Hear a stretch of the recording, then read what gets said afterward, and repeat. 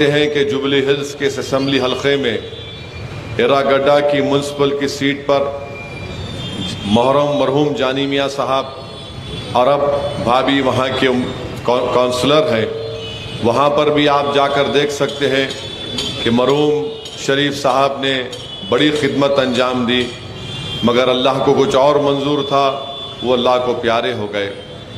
इस वार्ड से रहमत नगर बल्दी डिवीज़न से सुलेमान साहब मजलिस के एक्टिव सीनियर रुकन हैं, उनकी बड़ी मेहनत और काबिशें रही हैं। तो मेरी आपसे गुजारिश है कि आपने 10 साल गोपीनाथ को मौका दिया, जो बरसर इख्तदार जमात के रुकन असम्बली रहने के बावजूद भी वो नाकाम साबित हुए। 2009 में आपने कांग्रेस के उम्मीदवार को यहाँ का एमएलए बनाया था, जब कांग्रेस तेलंगाना में, अब आंध्र प्रदेश में उनका चीफ मिनिस्टर था। आपने कांग्रेस को भी मौका दिया, आपने यहाँ से गोपीनाथ को मौका दिया, और दोनों उम्मीदवार की पार्टियाँ रियासत में इख्तदार पर थीं। उसके बावजूद भी वो आपके जुबली हिल्स को एक मिसाली हल्का बनाने से कासिर रहे।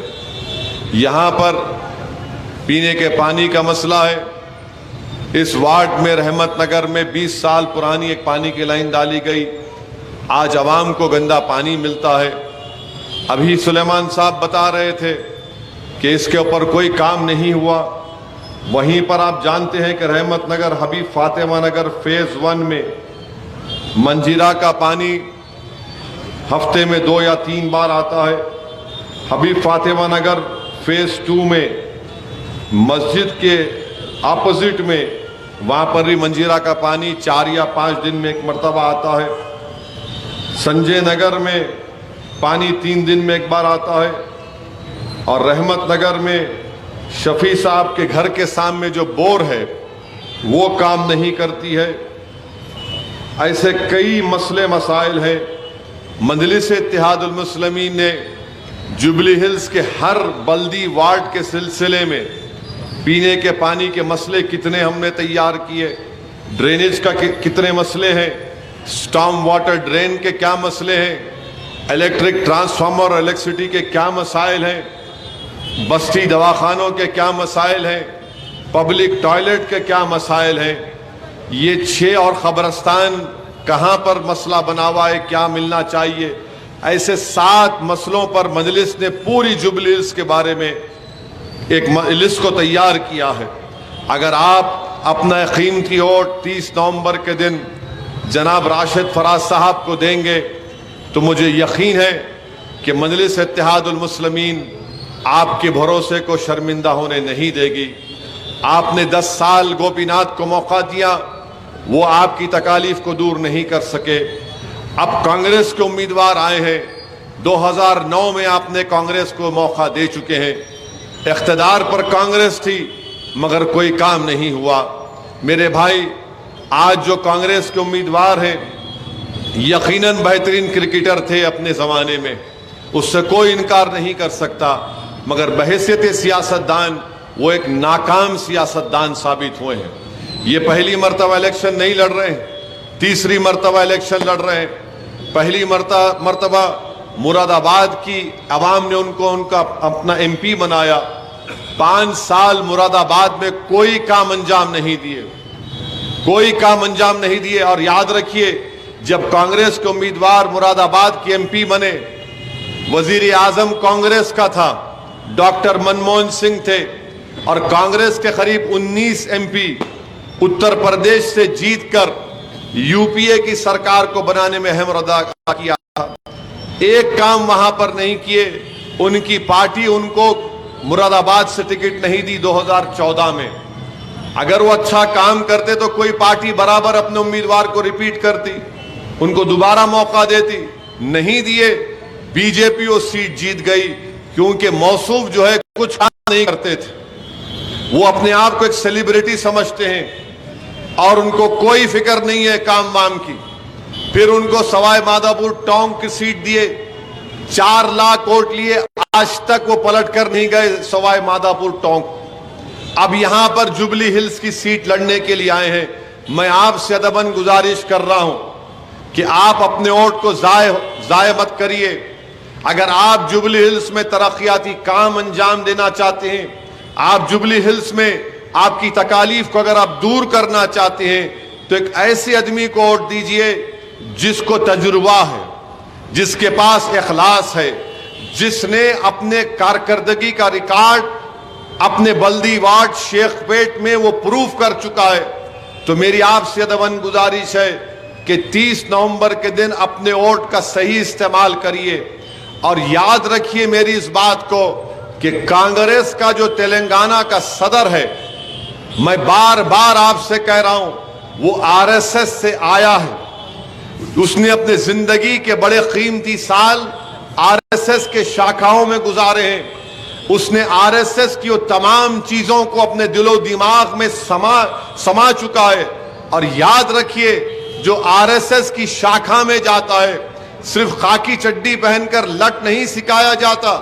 आरएसएस का जो हल्फ है, जो ओथ बोलते हैं, उनको ये बोलना पड़ता, मानना पड़ता है कि वो इस मुल्क को एक हिंदू राष्ट्र बनाएंगे, वो एक धर्म के लिए काम करेंगे, वो एक तहजीब के लिए काम करेंगे। उनका ओथ है, आप निकाल कर पढ़िए। आप बोलेंगे कहां से पढ़कर आए, तो शमसुल इस्लाम साहब की किताब है आरएसएस, वो पढ़िए। नूरानी साहब की किताब है आरएसएस, वो पढ़िए, आपको मिल जाएगा। ये शख्स अपने जिंदगी के कीमती साल आरएसएस में गुजारकर एबीवीपी में गया, बीजेपी में गया। मैंने 1999 के इलेक्शन में किशन रेड्डी के साथ काम किया, कारवान में हार गए, फिर तेलुगु देशम में गया। यही सदर जो आज कांग्रेस का है, गुजरात 2002 में जल रहा था। यह शख्स कौन सी पार्टी में था बताए कांग्रेस वाले? गुजरात में इंसानियत को खत्म किया जा रहा था। अहमदाबाद की सड़कों पर इंसानों के खून की होली खेली जा रही थी। एहसान जाफरी के जिस्म के 100 टुकड़े करके जाफरी के सामने उनके शौहर की लाश को जला दिया गया। पूरी गुलमर्ग सोसाइटी को बर्बाद कर दिया गया। बिल्किस बानो को, जो हामिला हमारी बेटी थी उस वक्त, उसको 12 लोगों ने मिलकर रेप किया। हामिला थी, उसके सामने उसके बच्ची को एक पत्थर पर मारकर उसका कत्ल कर दिया, मां का रेप किया। यह कांग्रेस का सदर क्या नहीं था उस पार्टी में? बता दो मुझे। इसीलिए आपसे अर्ज कर रहा हूं कि गलती मत करिए, कांग्रेस को पहचानिए। जब कभी भी कांग्रेस इख्तिदार में रही, हैदराबाद फसादों की जद में था। हिंदू मुसलमान के झगड़े हमेशा होते थे, मजहबी त्योहारात में टेंशन होता था। रात के अंधेरे में घरों में घुसकर दरवाजों को तोड़कर बच्चों को लेकर जाया जाता था।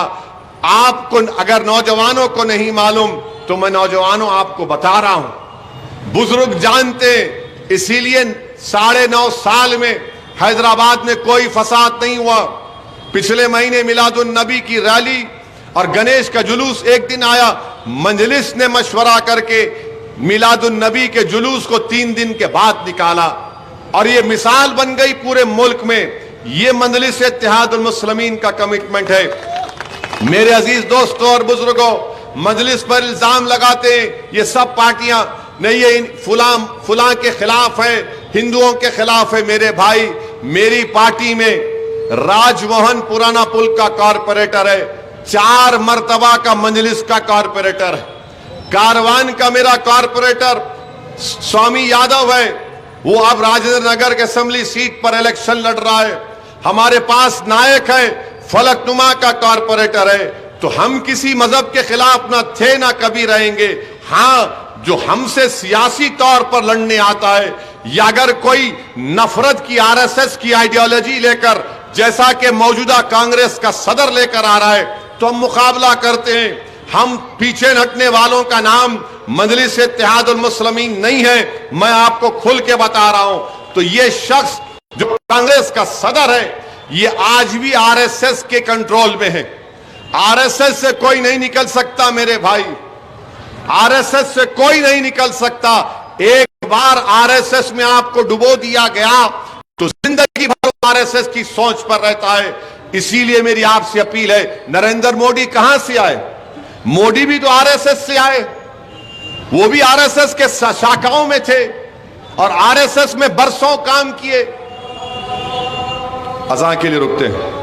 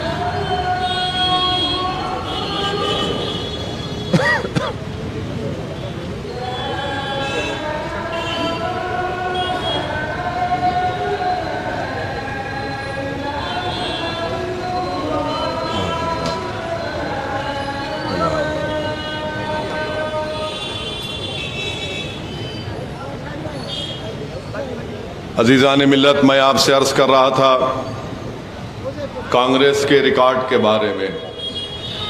अब यहाँ इलेक्शन हो रहा है तो कांग्रेस के राहुल गांधी हम पे तबसरा करना शुरू कर दिए। गैर ज़रूरी के काचकोरी की फली को हाथ लगाए तो क्या होता, खुजली उसको हो जाती है। तो मौसूफ ये तकरीर में बोल दिए कि मोदी के दो यार, एक ओवैसी और केसीआर। खैर, मामू का जवाब मामू दे देंगे, मेरा जवाब मैं देता हूं। राहुल गांधी के दो प्यार, राहुल गांधी के दो प्यार, एक इटली और हमेशा मोदी से हारना। इन्हों जहां जाते मोदी जीत जाता। तो राहुल, तुम्हारे दो प्यार, एक इटली क्योंकि आपकी वालदा इटली से आई, और दूसरा हमेशा आपको इतना प्यार है मोदी से कि आप हार जाते मोदी के खिलाफ। तो राहुल गांधी, ये समझना इस बात को कि भाई हम यार हैं, आप 50 साल के हो गए, अकेले मत रहो, अकेलापन तुमको खा ले रहा। इसलिए 50 साल की उम्र में ये दिमाग में यार यार जो आता ना, तो अकेले नहीं रहना। ये अकेले रहने की वजह से आपको यार दिख रहा। आपको अगर आप हैदराबाद में हैं तो मेरे पास 2-3 हकीमों का पता है। ये मैंने बोल रहा हूं, ये जानी मियां बोलते। तो मैं सुना कि रागड्डा में हकीम साहब है एक, आप ले लो माजून उनसे। नहीं, अगर है, मेरे को नहीं मालूम क्या है। नहीं, अब आप सुनिए, राहुल गांधी को कभी आपने ट्रिपल तलाक के ऊपर बोलते हुए सुना? ट्रिपल तलाक पर बोलते सुना? कौन बोले ट्रिपल तलाक पर पार्लियामेंट में 3-3 मर्तबा बिल आया? तो मैं बोला, राहुल गांधी कभी नहीं बोले। क्या आपने कभी राहुल गांधी को मुस्लिम रिजर्वेशन पर बोलते हुए सुना? मुस्लिम रिजर्वेशन कर्नाटका में निकाल दिया गया बीजेपी ने, इनकी सरकार आके 6 महीने हो गया, अब तक रिजर्वेशन रिस्टोर नहीं करे। राहुल गांधी रिजर्वेशन नहीं बोलते।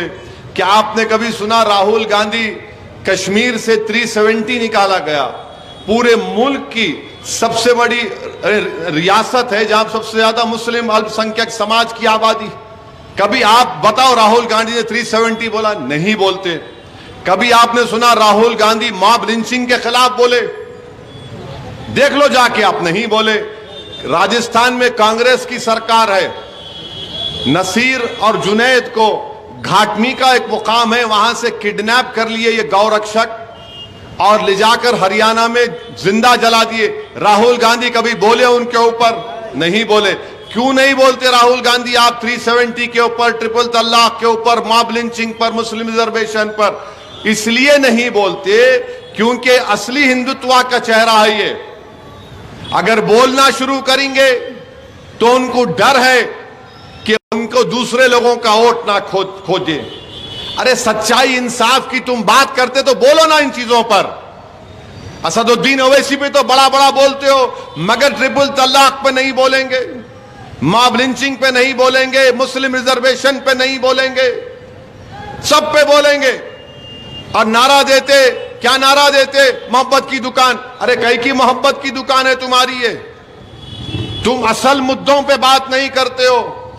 मजलिस पे तनकीद करो, कोई एतराज नहीं, मगर क्या ये बात सच नहीं है? आप सोचिए कि कांग्रेस की वजह से मोदी प्राइम मिनिस्टर बने, नहीं बने? मेरी वजह से नहीं बने। मैं 3 लोकसभा की सीट लड़ा। हैदराबाद अल्हम्दुलिल्लाह आपकी दुआओं से हैदराबाद के अवाम ने कामयाब किया, बीजेपी को हरा दिए। औरंगाबाद 19 साल का शिवसेना का एमपी डॉक्टर गफ्फार कादरी, यहां डॉक्टर साहब, ये हमारे डॉक्टर गफ्फार कादरी औरंगाबाद के डॉक्टर हैं। 19 साल का शिवसेना का एमपी था, आप लोग मिलकर लड़े, इम्तियाज जलील हरा दिए जो कांग्रेस ने हरा पाई थी। किशनगंज हम लड़े, 3 लाख वोट हम लिए। एक ही सीट पर बिहार में अगर कांग्रेस जीती, कहीं पर भी हमारे खिलाफ वहां बीजेपी नहीं जीती।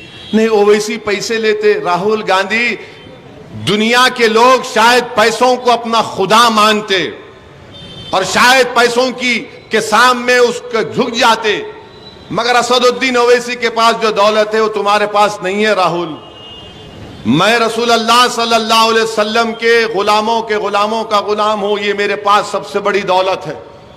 इस दौलत जब जिसके पास आ जाती और उसका अंदाजा उसको हो जाता, दुनिया उसके सामने हीश नजर आती। तो राहुल गांधी को सुनना चाहिए, समझना चाहिए और समझ के कुछ बोलना चाहिए। अगर समझ में नहीं आता, कोई भी स्टेनोग्राफर लिख के दे दिया, बोल देते उठा के। ऐसा है ना कि फर्स्ट फ्लोर हमेशा आदमी का खाली नहीं रहना, फर्स्ट फ्लोर में कुछ रहना चाहिए। और आप बोले जाते मजलिस के बारे में, अरे डॉक्टर मनमोहन सिंह के न्यूक्लियर डील हुई थी, मैं वोट दिया। ये कम्युनिस्ट पार्टियां अडवाणी के साथ थे, आज न्यू बोल रहे ऐसा हो रहा है। हम सीट कम क्यों लड़ रहे, आपकी बहन साहिबा बोल रही। अरे मैं कम लड़ा नहीं लड़ा, उससे आपको क्या करना है?